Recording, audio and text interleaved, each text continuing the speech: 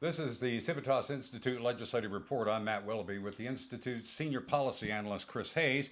Now, we're going to be talking about the budget. Here's where we're at. Now, the governor, the Senate, and now the House have drawn up their spending plans with their priorities. All of that now goes into small rooms in the Legislative Office building as budget writers from both chambers negotiate, trade, and twist some arms to come up with the final sausage, or what is called the conference report budget. They will, of course, get some input from the governor's office, whether they like it or not. After all, she does have to sign it. The public will see very little of this now at this point. And Chris, looking at the three proposals, do you have any sense of what this final budget may look like? It's going to be an interesting mix. You know, you've got a lot of different priorities there. You've got the governor and her mobility fund, which is funded through higher taxes on driver's license fees. Her priorities there. The Senate budget funding UNC, the system, and the bonds and things that they want. And then the House budget that takes a little more money out of UNC system. So a lot of different proposals and how they come together. Yeah, a couple of those, like the mobility fund and the borrowing for the engineering schools, are separate bills. Right. They didn't get them into the budget at all. There was some talk about getting a mobility in the fund. I remember Democrat Nelson Cole told me he was going to come up with a measure.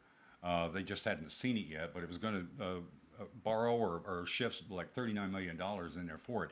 I haven't seen the final version of that yet. Now, if it's something else to keep in mind, according to the rules, if it's not in any of the budgets, it's not supposed to be in the conference report. It has to be in one, the governor's, the Senate's, or the House's budget to actually wind up in the conference report. Now, as we all know, any of us a wink and a nod to the rules. That's here. right, right.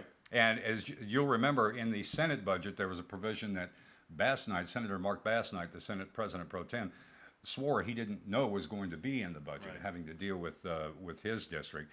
That was stripped, but you never know. In this day and age, and Senator Bass Knight has told me on many times in the past that he likes the idea of putting policy changes that wouldn't otherwise get approved into the budget. He's done it before. All right, now, the other thing going into this conference report is there's a big question. There's a big hole that could be floating out there. First of all, there's the $500 million in federal Medicaid money that may disappear. Now, that's not covered in any of the budgets so far. Democrat Mickey Michelle in the House, the chief budget writer, right now says they're going to try to come up with a contingency plan.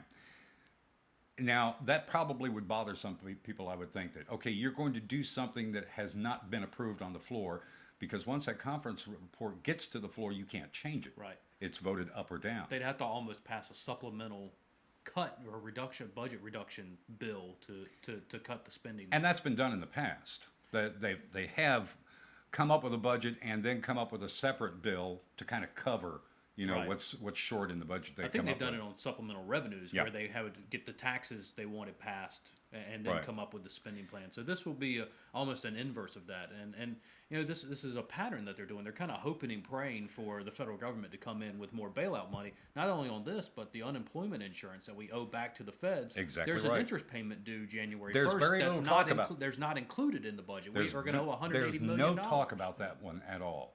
There's talk about this other stuff, but the unemployment is like that big elephant or donkey in the room. They just keep thinking Washington's going to come in and forgive the loans because they have in the past. Right. Then you know, I guess that's a lot of hoping that Washington's going to step in and do things and not fiscal responsibility for the state of North Carolina. Well, actually, Republicans are talking about a $3 billion hole in the budget that anybody in January is going to have to face, because you've got the disappearing federal stimulus money. Now, these are definites that you're going to lose. Right. Plus the loss of revenue from the tax rollbacks. And then $500 million shortfall in the state health plan, possibly. And I believe it was reported this week the state pension fund's going to Yeah. need $100 or $200 million a year. So, you know, $500 million in the state health plan, a couple $100 million in the pension plan. You're losing about $1.5 billion of federal stimulus money. You've got about a $1.3 billion tax that's supposed to expire. And we don't know if or when the economy is going to recover. You know, we don't know that the job growth is going to be sustained, that the revenue growth is going to be sustained for next year. So the financial picture in our state is going to get even worse next year. Yeah, and one of the things they go through when they're putting together the final budget in conference, they're also waiting for some new revenue projections from the Fiscal Research Division. And in the past, they've been pretty close as far as those projections are concerned, but there may be a little temptation to hedge on some of those projections and say, oh, it's going to be better than we think it's going to be. And I believe they said there was no April surprise coming. No. So I don't believe the revenue numbers are going to get any better. There's not going to be a little extra pot of money. You know, Right. usually they can expect another 20, 30, 40 million dollars that they probably will not get this year. Yeah. Well, now, you know, no Republicans, of course, voted for the House version. But there were a couple of Republicans who actually got some changes made. One was Republican Representative Brian Holloway, who is a former or a teacher. Now, he was able to get his amendment approved that would eliminate the end of grade testing. And he said the savings from that would be used for supplies. Now, do you think that's going to survive a final cut? I doubt it. I think Yeah. that's one of those that'll got passed on the floor, but I will be very, very surprised if it gets makes it out of the conference, makes it into the conference report. Yeah. How in these budgets did K-12 make out so much better than the universities at this point? I think the teachers union has a very powerful lobby, and I think they have been, you know, it's an election year as well, and to be seen as cutting education, it's one of those kind of taboo issues, almost the third rail things, to be cutting classroom teachers. But you can cut universities because people are paying to go there. Because people are paying, and there's less of a lobby of an intensity. You know, people think of education, they think of what's going on with their children in public schools, and less about Yeah. higher ed. So. Well, look, this is where we're at now. The conference budget writers are hoping to have something together by the end of June. But in all the time I've been at the General Assembly, I don't think there's been a hard target on that met yet. But I think many of the lawmakers are going to feel the need to get back home soon and hit the campaign trail. Now, Chris, you and the guys here at the Civitas Institute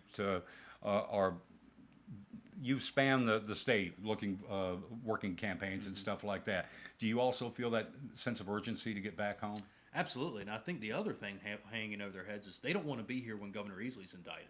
Oh, You know, they do not want to be in town when the federal prosecutor starts handing out indictments, and Yeah. they want to get out of town so that they're harder to get to and harder to reach, and the focus isn't on them when that comes to. and some of them comes out. are in trouble too with their districts, right? Politically, yeah, there's a lot of Democrats vulnerable this year, and it's a Republican tide shaping up out there, and they're going to have to get back home and sell. You know, the budget is their sales document for the year, and sell what they've done in the budget and defend it back home. Right. All right. Well, thanks, Chris, for talking to me on this. This is the Civitas Institute Legislative Report. For Chris Hayes, I'm Matt Willoughby.